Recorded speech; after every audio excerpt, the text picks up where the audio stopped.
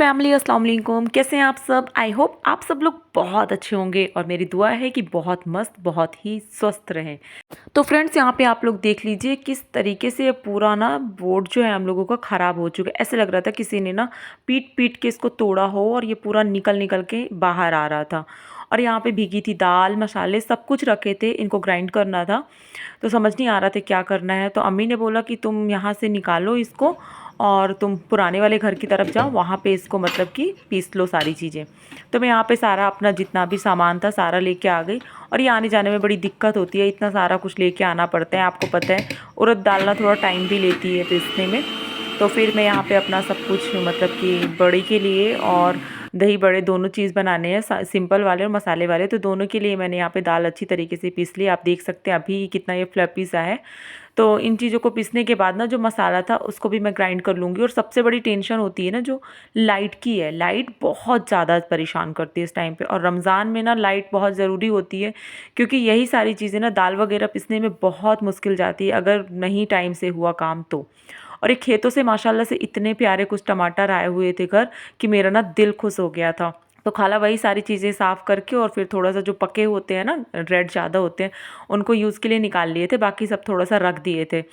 और यहाँ पे ना इस टाइम पे मैं मतलब कि नहाने से पहले ही सोची थी कि मैं मैंगो वगैरह रखा था तो शेक जैसे बना लेती हूँ और फिर मैं उसको फ्रिज में डाल दूँगी।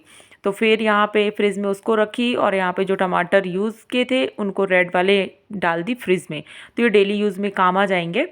तो आ चुकी हूँ यहाँ पे नहा के और मैंने सोचा कि आराम करने जाने से पहले ये काम कर लेती हूँ। तो इफ्तार टाइम में बहुत दिक्कत होती है, तो मैं सोची ऑयल भर लेती हूँ डिब्बे में। और ऐसा हुआ कि जो डिब्बे के अंदर ना बड़ा होता है बहुत ज़्यादा ये ऑयल का कैन, और इसमें ना जाता नहीं है कुछ ईज़िली। तो एक कटोरी होती है, उसको मैंने इसके साइज़ से मतलब ऑयल निकालती हूँ। लेकिन इस टाइम पे बर्तनों की इतनी भरमार होती है कि चाहे तो सुबह हो या शाम हो, इतने कुछ निकलते हैं कि किचन में इस साइज़ की एक भी कटोरी नहीं थी। फिर मैंने डिस्पोज़ल से ही मैंने निकाल दिया, मैंने बोला काम चलना चाहिए। उसके बाद ना आराम की, लेकिन आराम मेरा हराम हो चुका था, क्योंकि भैया को बार-बार कॉल कर रही थी कि भैया आके इसको सबको ठीक कर दो। तो भैया मुझे टाइम दे रहे थे और ये भैया बहुत अच्छे हैं, लेकिन ऐसा हो रहा था कि उनका काम भी यहाँ वहाँ चल रहा था, तो फिर भैया लेट हो गए थे। मैं भैया से आके पूछी भैया कितना टाइम लगेगा? तो बोले दीदी टाइम लगेगा, क्योंकि कुछ सामान ऐसा था कि जो मतलब मार्केट से फिर से लाना था। बोले आप ऐसा करो कि आप जाके ना आराम कर लो, परेशान मत हो, मैं अपना काम कर दूँगा। फिर भैया ने सब कुछ किया और इतना कुछ लेट हो रहा था, ऐसे लगता है रमज़ान में बस ये दिन ना देखना पड़े। रमज़ान में ना ये बड़ी मुसीबत के दिन होते हैं, अगर कुछ परेशानी एक्स्ट्रा में बढ़ गई ना तो समझिए दिमाग भी ख़राब होता है, टाइम भी बर्बाद होता है, इन्वेस्टमेंटिंग अलग होती है। तो अम्मी ने सारा कुछ क्लीन किया, साफ़ किया। जब तक क्लीन नहीं हुआ तब तक अम्मी ने मुझे कुछ भी नहीं करने दिया। और मैं इतना कुछ लेट चल रही थी उस दिन, मुझे ना अंदर से ना घबराहट सी हो रही थी कि सब कुछ टाइम पे हो पाएगा कि नहीं, और सारा चीज़ ना बिगड़ ही रहा था। मतलब ऑयल चढ़ा दी तो भूल गई मैं, इतना तेज़ कुछ ऑयल हो गया, उससे धुआँ निकल रहा है, आप देखिएगा। अम्मी ने मुझे डाँट भी लगाई कि तुम माइंड सही से रखो, उसके बाद काम करो। तो फिर मैंने ना उसमें मतलब कि मिर्च वगैरह हरी पहले डाल दी जिससे वो कंट्रोल में आए ऑयल, और नीचे कर दी थी कढ़ाई डायरेक्ट। तो फिर हो गया, धीरे धीरे ऐसे होगा। लेकिन ये था जब लेट हो जाओ ना किसी काम में तो दिमाग सच में काम नहीं करता, क्योंकि टेंशन इतनी ज़्यादा होती है और प्रेशर मतलब ऐसा होता है कि होगा कि नहीं होगा, टाइम ज़्यादा तो नहीं लगेगा, क्योंकि ये चीज़ें ना ऑयल पे जाने के बाद टाइम बहुत लेती हैं।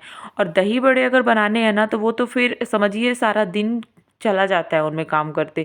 लेकिन मैं इसी टाइम पे अपना सब कुछ करती हूँ, दोनों तरफ मैनेज कर रही थी।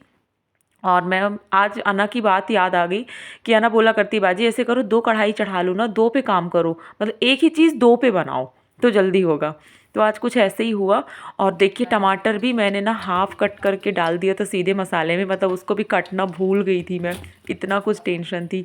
फिर उसके बाद ना यहाँ पे मैं सीधे ना मतलब कि दही बड़े के लिए बड़े डालना शुरू कर दी हूँ। तो मुझे अना की बहुत टेंशन थी, टाइम देखती रही थी इस टाइम पे कि अब अना आएगी, अब अना आएगी। अम्मी से पूछती रहती हूँ अम्मी कितना टाइम हुआ। फिर मैंने सोचा अना की टेंशन ख़त्म करो, क्योंकि 2 कढ़ाई चढ़ाओ जिससे काम हो जाए। तो यहाँ पे ना एक तरफ सिंपल बड़े बन रहे हैं, एक तरफ दही बड़े बन रहे हैं, मतलब उसमें तो मसाला रहता है। तो दोनों तरफ मेरे काम चल रहे हैं। और मुझे चटनी वगैरह की भी तैयारी करनी थी, पानी में डाल के इनको निकालना भी था, सब कुछ करना था। और अम्मी के भी ना काम होते रहते हैं, क्योंकि अम्मी को अंदर के और बाहर के इस टाइम पे शाम वाले जो काम होते हैं ना दोनों करने होते हैं। तो फिलहाल मैं ना मतलब ये वाली कढ़ाई में ना ज़्यादा क्वांटिटी में हर एक चीज़ें बन जाती हैं, क्योंकि ये ना बिल्कुल फ्लैट होती है।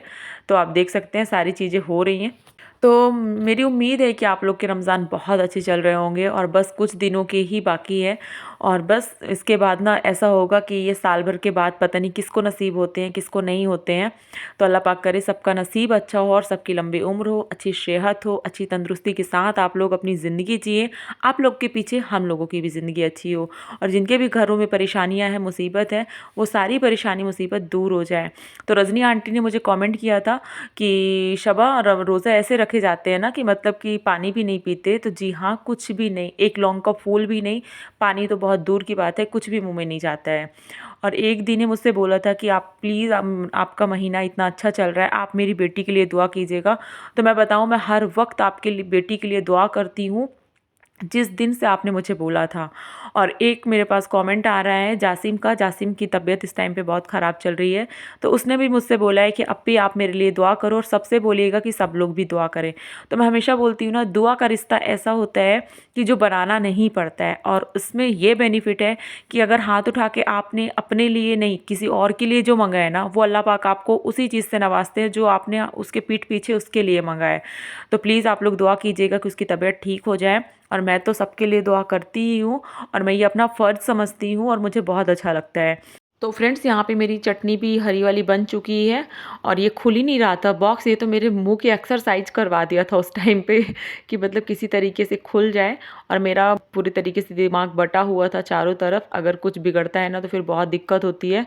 और इसीलिए ना अपनी बहनों की भी बहुत याद आती है। इससे पहले कोई ना कोई रहता था तो ना बहुत सपोर्ट हो जाता था, कुछ नहीं तो हम अगर कुछ कर रहे हैं ना तो वो कम से कम देख तो लेती थी। पिछले साल मेरी छोटी वाली बहन थी और उसका मतलब कि छोटा बेबी था, तो वो यहीं पे ईद की थी। और सब कुछ बहुत चीज़ें याद आती हैं। इसी वक्त में लगता है कि ना एक से दो लोग होते हैं तो बेहतर होता है। तो अम्मी इस टाइम पे बहुत कुछ हेल्प करती हैं, लेकिन ये होता है कि अम्मी अपने तरीके से करती हैं और कुकिंग में मुझे अपना खुद करना पड़ता है। तो फ्रेंड्स, आप लोग यहाँ पे वीडियो में आ गए हैं तो अपना सपोर्ट और प्यार दीजिएगा, वीडियो को लाइक करना बिल्कुल भी मत भूलिएगा। और यहाँ पे ना मैंने ना जीरा जो है ना भून के पाउडर नहीं बनाया था। मैंने ना मतलब कि तवे में भुना था और उसी में ना मतलब थोड़ा-सा ना ऐसे दरदरा सी ली थी, जैसे कूटते हैं ना वैसे वाला। तो उसका टेस्ट बहुत अच्छा आता है। और यहाँ पे मेरे सारी प्लेटिंग भी हो रही है कि जहाँ पे जाना है वहाँ पे दही बड़े भी जा चले जाएँ बड़े के साथ, क्योंकि इतने सारे बन चुके थे, फिर कौन खाएगा? खाने वाले भी तो होना चाहिए ना। तो सारा कुछ मैं कर रही थी और मुझे लग रहा था कहीं ऐसे ना हो कि कुछ चीज़ें डिस्टर्ब हो जाएँ। तो मुझे यहाँ पे तो दही बड़े सारे बन चुके हैं। तो आप लोग कमेंट करके बताइएगा कि मेरा रूटीन आप लोग को कैसा लगता है, क्योंकि मुझे जान के अच्छा लगेगा। और यहाँ पे आई हुई थी इफ्तार, यहाँ पे सारी चीज़ें निकल चुकी हैं और अना भी आके सारा कुछ ले जा चुकी है। जब अना चली जाती है ना घर से तब मुझे बहुत रिलैक्स होता है, क्योंकि जब तक वो रहती है ना ऐसे लगता है कि तांडव मचा रही है सिर के ऊपर। तो यहाँ पे सब कुछ दस्तरखान लग चुका है और कभी ऐसे होता है कि दस्तरखान तक चीज़ें जाती नहीं है और मैं आपको क्लिप बना के ऐड फिलहाल कर पैर देती में हूँ। इतनी तेज़ वाली झंझनाहट होने लगी है, मतलब जिसको हम लोग अपने अल्फाज में बोलते हैं झंझुनी चढ़ चुकी है। क्या आप लोग के साथ भी ऐसे होता है, मतलब कि पैर हिला नहीं सकते, अगर कोई टच कर दिया ना तो समझो कि बुरी तरीके से, मतलब अजीब सा फील होता है, चलने की हिम्मत नहीं होती है। तो हमारे साथ तो होता है, ज़्यादा देर तक पैर मोड़ के ऐसे बैठे रहो ना, फोल्ड करके मीन्स, तो बहुत ज़्यादा तेज़ हो जाता है। आपके साथ होता है क्या? कमेंट कीजिएगा।